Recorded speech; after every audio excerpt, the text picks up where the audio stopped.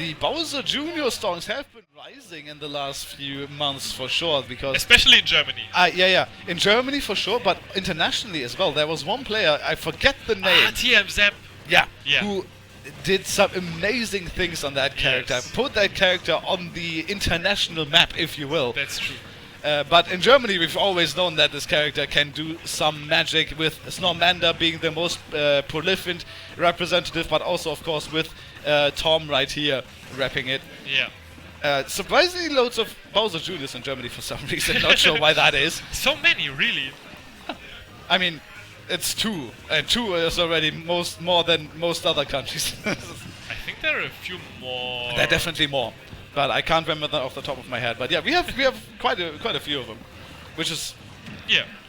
probably just a coincidence, but it's still really funny. It's It's just kind a of funny the character, it's you kind of know? the Bayonetta Europe phenomenon, right? Yeah, absolutely.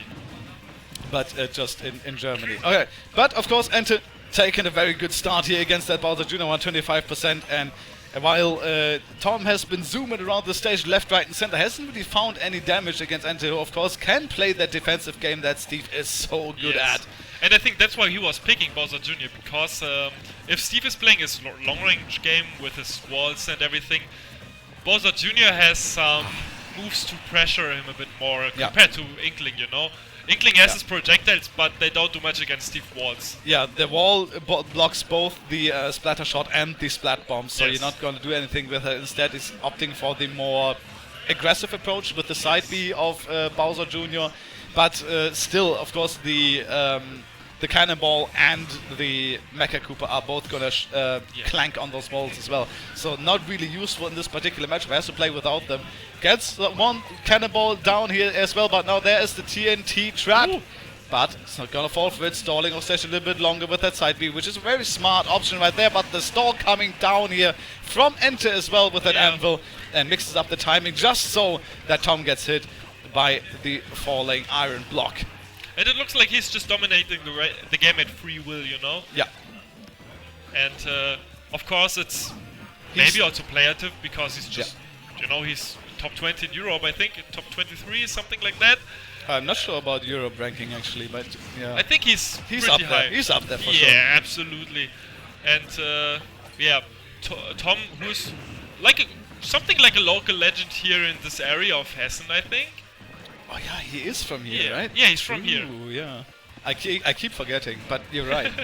As far as I'm concerned, at least. No, I think you're correct.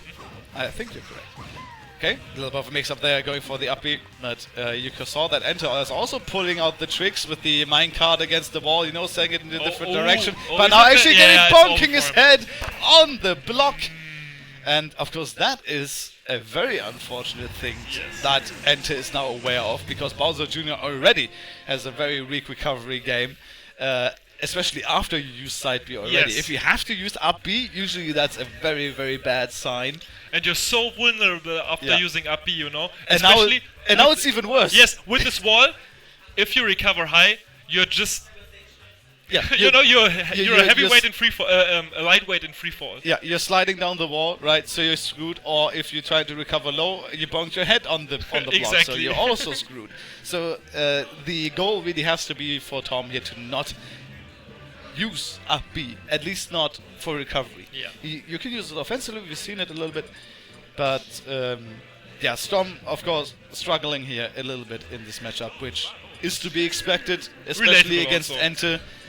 Specifically, but against the Steve generally as well. Bowser Jr., let's say like this, a character with many flaws, and a character with as many options as Steve, and being as good as Steve can really exploit these flaws as well. And this is what we're seeing right now. 80... Okay. Bowser Jr. is like Rob, but take everything that makes him good. Yeah, and take that away, basically, right? Yes. Yeah. And then you're left with Bowser Jr. Oh man, that's so sad. Snormander calls him Rob with the wheelchair. Yeah, but interestingly enough, you know, I mean, the character has to have something, right? It's. I don't think it's a Zap diff or a Snormander diff. The character has sauce, Yeah, absolutely. But it's more difficult to access, is I think fair to say. Absolutely. And if you have difficult to access moves, difficult to access advantage, Steve is going to exploit that to the bitter end. Oh my god, armoring actually through the few hits of the up smash, but instead Ente coming down with the anvil once again, taking a solid stock lead here. Very early also. And buying him time, right? But he's actually playing way more aggressive than we usually see him play. And as I say that, he's building up a wall. Never mind. Oh, and now he also had the resource of the Mecha Koopa. Yeah. Yes, he has the diamond tools on deck now as well, of course, for that massive damage. And you can see that Tom, he's really looking for an in. Yeah. He found it now, though. Has a little bit of a string here on Ente, trying to go in there with the up B. Gets interrupted, though, falling towards the ground helplessly. And there he has to go low, and there's no other choice but to up B. And Ente is ready with the instant build block. Even gives up some iron for that, because that's definitely worth. The awareness from Ente was just great in that situation. I think he's looking for that, of course, because it's just exploiting Bowser Jr. that much. But as soon as you see Bowser Jr. go low, he's instantly building blocks. Absolutely.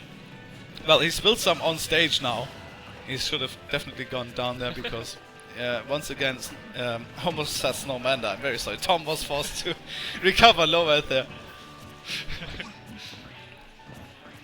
And now, a little bit of a tense situation, especially for Tom, who gets... Oh, there's the stock! Okay. The invincibility running out right there with the very long-lasting forward smash from Bowser Jr., one of his best tools for sure. Yeah, they were just playing the patient game a bit. Yeah. And I think it's smart. I think Tom now recognizing that he can't really go for those aggressive approaches anymore. And, taking a little bit of a slower approach, but this is what Steve is good at as well. Reads the recovery of the tech on the platform, gets the up smash, gets the JV3. That was just solid